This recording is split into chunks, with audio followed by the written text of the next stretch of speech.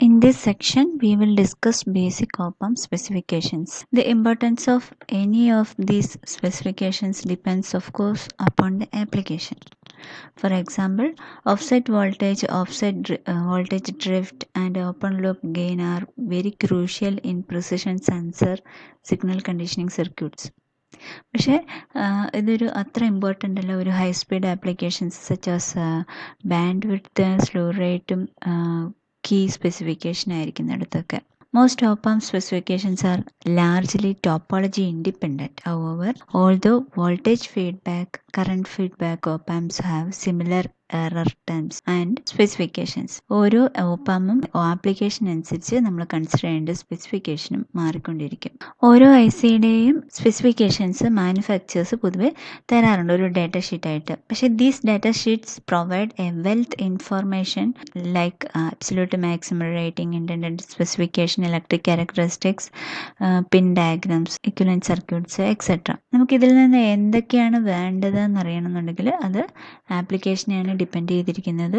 അപ്പം നമ്മളിവിടെ ഈ ഒരു സെക്ഷൻ പഠിക്കുന്നത് ഒരു ഓപ്പാമിൻ്റെ ഒരു ടിപ്പിക്കൽ ഓപ്പാമിൻ്റെ ഡാറ്റ ഷീറ്റ് കണ്ടാൽ അതിലെ പാരാമീറ്റേഴ്സൊക്കെ എങ്ങനെയാണ് റീഡ് ചെയ്യുക എന്നുള്ളത് നമുക്ക് എങ്ങനെയാണത് ഇൻ്റർപ്രറ്റ് ചെയ്യുക, അതിനെ ഏത് രീതിയിൽ ഒക്കെയാണ് യൂട്ടിലൈസ് ചെയ്ത് നല്ലൊരു ആപ്ലിക്കേഷനായിട്ട് ഉപയോഗിക്കുക, അത് കറക്റ്റ് ഓപ്പാം ചൂസ് ചെയ്യാനായിട്ട് ഉള്ള ഡിഫറെൻറ്റ് ഫീച്ചേഴ്സ് എങ്ങനെയാണ് ഇൻ്റർപ്രറ്റ് ചെയ്യുക എന്നുള്ളതാണ് നമുക്ക് ഈ സെക്ഷനിൽ പഠിക്കാനുള്ളത്. ഫോർ എക്സാമ്പിൾ, IC 741ൻ്റെ കേസിൽ 2 sets ഓഫ് ഇലക്ട്രിക്കൽ സ്പെസിഫിക്കേഷൻസ് തന്നിട്ടുണ്ട്. 1 set is applied at room temperature and the other one range from 0 to 70 degree, 0 to +70 degree. അപ്പോൾ ഇവിടെ നമുക്ക് ഈ ഒരു വാല്യൂ അല്ല, we shall discuss the parameters. അപ്പോൾ ഇതിൽ നമ്മളുടെ ആവശ്യം എന്താണ്, നമ്മൾ ഏത് ആപ്ലിക്കേഷനാണ് ഉപയോഗിക്കുന്നതെന്നനുസരിച്ചാണ് നമ്മൾ IC ചൂസ് ചെയ്യുക. Before going into various practical applications using op-amp, we should become familiar with some of the parameters used to define the operation of the unit. These specifications include both DC and transient or frequency operating features. നമുക്ക് DC parameters ഒക്കെ ഒന്ന് നോക്കാം. നമ്മളൊരു ഓപ്പാമിൻ്റെ input 0 volt ആണ് കൊടുക്കുന്നതെങ്കിൽ, അല്ലെങ്കിൽ ഇൻപുട്ടിൽ യാതൊന്നും കൊടുക്കുന്നില്ല എങ്കിൽ നമ്മൾ എന്താണ് ഔട്ട്പുട്ട് എക്സ്പെക്റ്റ് ചെയ്യുക? 0 volt തന്നെയാണ് എക്സ്പെക്റ്റ് ചെയ്യുക. പക്ഷേ in actual case there is some offset voltage at the output. If we connect 0 volt to both op-amp inputs and measures 26 millivolt DC at the output, this represents an unwanted voltage generated by the circuit and not by the input signal. ഈ ഒരു വോൾട്ടേജിനെ നമുക്ക് input offset voltage എന്ന് വിളിക്കാം.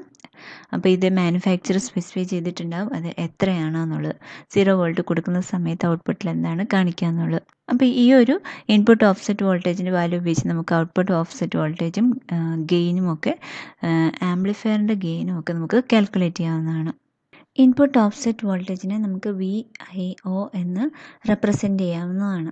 അപ്പോൾ ഒരു IC 741ൻ്റെ കേസിൽ the maximum value of VIO is 6 millivolt DC. The smaller the VIO, the better the input terminals are matched. To determine the effect of this input voltage on the output, let's consider an operational amplifier circuit. ഇവിടെ VIO നമ്മൾ consider ചെയ്തിരിക്കുന്നത് non inverting ടെർമിനലിലാണ്, plus ടെർമിനലിൽ. Offset voltage നമ്മൾ consider ചെയ്തിരിക്കുന്നത് non inverting ടെർമിനലിലാണ്. So we can rewrite VI as V offset minus Vout into R1 by R1 plus RF. അപ്പോൾ ഇവിടെ ലെഫ്റ്റ് സൈഡും റൈറ്റ് സൈഡും Voutൻ്റെ ടേം വന്നിട്ടുണ്ട്. അപ്പോൾ നമുക്ക് ഇക്വേഷൻ ഇൻപുട്ട് ഓഫ്സെറ്റ് വോൾട്ടേജിൻ്റെ ഇക്വേഷൻ റീഅറേഞ്ച് ചെയ്ത് എഴുതുകയാണെങ്കിൽ offset output voltage equal to offset input voltage into R1 plus RF by R1 എന്ന് കിട്ടും. This shows that how the output offset voltage results from a specified input offset voltage for a typical amplifier connection of the op-amp. ഇനി input offset current എങ്ങനെ output offset വോൾട്ടേജിനെ effect ചെയ്യുന്നു എന്നുള്ളത് നോക്കാം. Input offset കറണ്ടിനെ IO എന്ന് IO suffix കൊടുത്ത് I എന്ന് റെപ്രസെൻ്റ് ചെയ്യാം. And output offset voltage will also result due to any difference in DC bias currents at both inputs. അപ്പോൾ നമ്മൾ എപ്പോഴും ഡിഫറൻഷ്യൽ ആംപ്ലിഫയറിൻ്റെ കേസിൽ പറയുന്ന ഒരു കാര്യമുണ്ട്, transistors identical in all respect എന്ന ഒരു കണ്ടീഷൻ. അപ്പോൾ അത് എപ്പോഴും മാച്ച് ആവണമെന്നില്ല.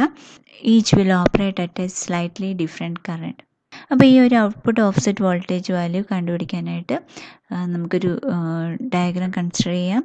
The algebraic difference between the currents into the inverting and non-inverting terminals is referred to as input offset current. So from the figure we can write input offset current equal to modulus of IB1 minus IB2, where IB1 is the current into the non-inverting input and IB2 is the current into the inverting input.